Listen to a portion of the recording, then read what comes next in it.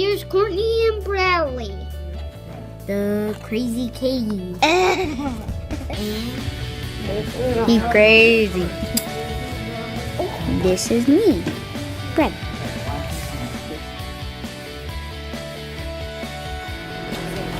We are walking down to our tribal Larson Bay.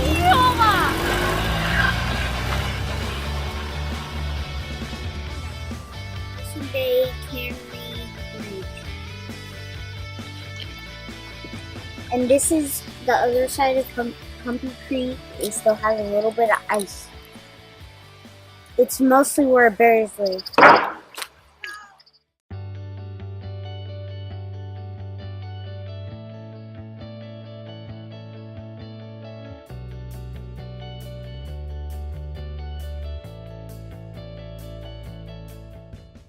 See, this is where we mix the chlorine and store it, and this little thing here controls the amount of chlorine that we inject into the system, which it pulls it out here through this line, down under the slab, and up inside where I showed you. It falls into the line up to the water tank. What is your position? Environmental coordinator for Hayesville.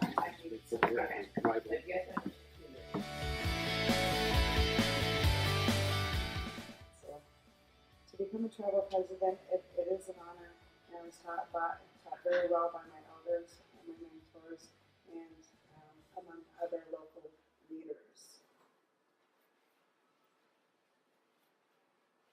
What does the tribal president do? The tribal president is responsible to the Larson Bay Tribal Council and their wishes.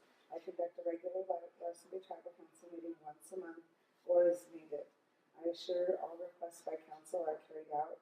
It is my job to be abreast on local What is your position? I'm the executive assistant. What do you do in that position? I do quite a few things. I file bills, payroll,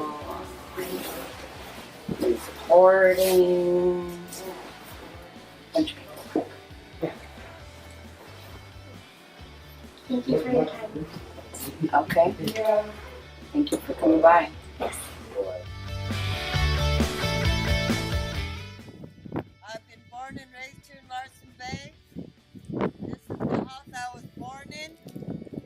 And at the time when we were kids, we had no running water, we didn't have roads, and we didn't have electricity. We used kerosene lamps, gas lamps. Some people had generators, but a lot didn't. And we packed our water from the beach up the hill. And we had steam houses. We had to pack our water to do all the laundry. And we didn't have oil stove or furnaces. We had all wood stoves. We had 3 wood stoves in a 5-bedroom house. So we had to get a lot of wood. We'd get skiff loads of wood for the whole winter. So this here is not the way I was brought up. You got airstrips, you got roads, you got running water. And when we washed clothes, my sister and I, we had the old time scrub board. We had to hand wash our clothes and wring them out by hand, rinse them, and hang them out on the line. We didn't have washers, we didn't have dryers. We had to use that old scrub board.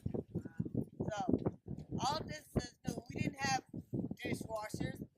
These were the dishwashers right here. What did you cook on? Old wood stove. And we had that's how we did our bacon too, through the wood stove. They had ovens. How many were in your family? How many children did your mom and dad have? How many children? 2, but my mom, between previous marriages, she had 13 kids. So, Which wasn't unusual in that era. Right. How many lived in this household? and How many lived in the house here? well, let's see, my grandmother, she had 12 kids that stayed in this house. And my uncle Jake, he was born in a robbery here in Larson Bay down by Jimmy Darling's place. And that was the last person that was born in a robbery. The rest was born in robber's a hut made out of soil, sand, rocks, and leaves and sticks. And it was then put the sticks and put grass and stuff, and then it'd get mud, soil, and pat it over, and that would cover it, and they had a little door where you crawl into. So that it was like they call those igloos up north, but theirs is made out of ice. Ours was made out of soil and sticks. Oh, okay. So That you're digging a hole, big hole for your living area, putting a frame up over it, and then covering it with earth with a hole in the middle for a chimney Wow. and a little door, because the littler the door was, the warmer the thing stayed. Now that was Jimmy that was there. Who was it that she said was my born uncle Jake Aga. there? Okay. Good. Can you guys case this? Look at all these pictures. And This there's picture gives the me old chicken coop right there. Larson chicken still.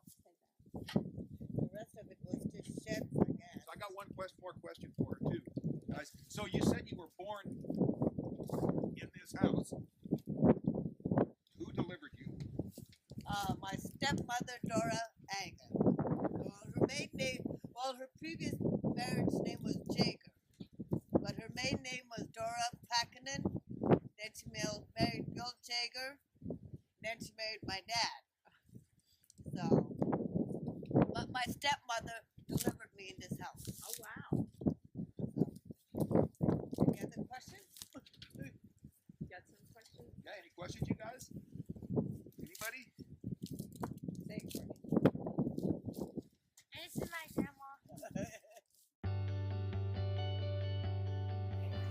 How did Larson Bay select you to be mayor? Well, the mayor of Larson Bay is selected as, there's 7 council members. Each person runs to be on the city council to fill those 7 places. The city council selects one of those members to be the mayor of the city. That includes, and also the vice mayor is selected the same way, and the secretary and treasurer out of those 7.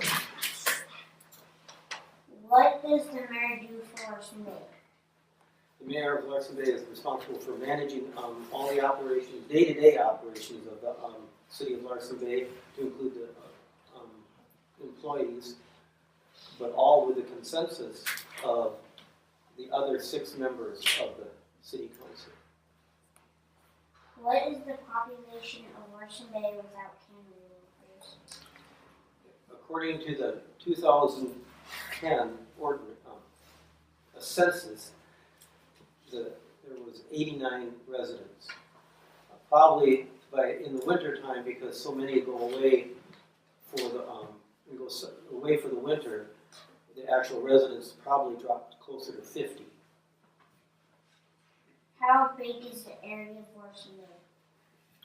I believe it's 6.7 square miles of land and water that is is part of the city. What is your favorite thing to do as mayor? Help people get their permits.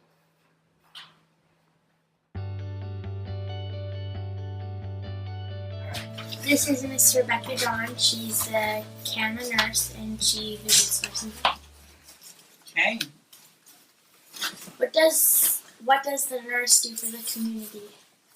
Okay, well, I've been working for Canada for 25 plus years, and I come in and I help relieve the health aides. In other words, give them time off so that they have a little break.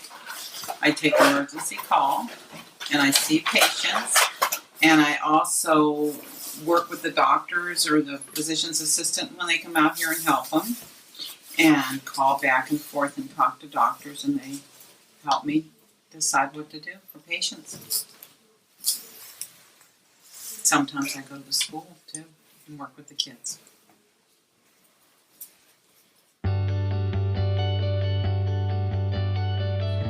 From Larson Bay, Margie and Nick. Would you explain what a help aid is? So a health aide is someone who's out in a village like Larson Bay, and they help with anything medical. It could be anything from a splinter to a broken ankle or something. I see you have your ambulance in front. What is that used for? Our ambulance would be used for transporting patients in an emergency situation, but it's currently out of service. And these are just, it's kind of an example of village life, you know. We don't have those types of luxuries out here, you know. We can't just take it to a mechanic, but the community's pretty good about, you know, helping out. And if someone needs medical transportation, the community's pretty good about you know, getting them where they need to go. What is your qualification as a health aide, and how do you get your qualification? So I'm currently a Session 1 health aide. There's 4 different sessions, and so the further along you go, the more you can do. And you take a month-long course for each session. What would you do with a serious medical condition? Serious medical conditions, we do the best that we can here. There's a lot of things that we don't have access to, like roads. You know, we can't transport people to town, so a lot of times we'll have to call in like the U.S. Coast Guard or other air taxi services from town to get people out of here and get them the proper medical attention. Do you deliver babies in the village?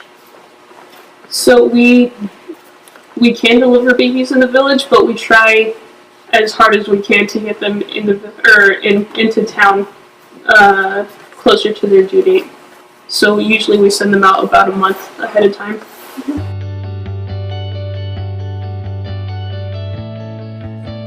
Yes.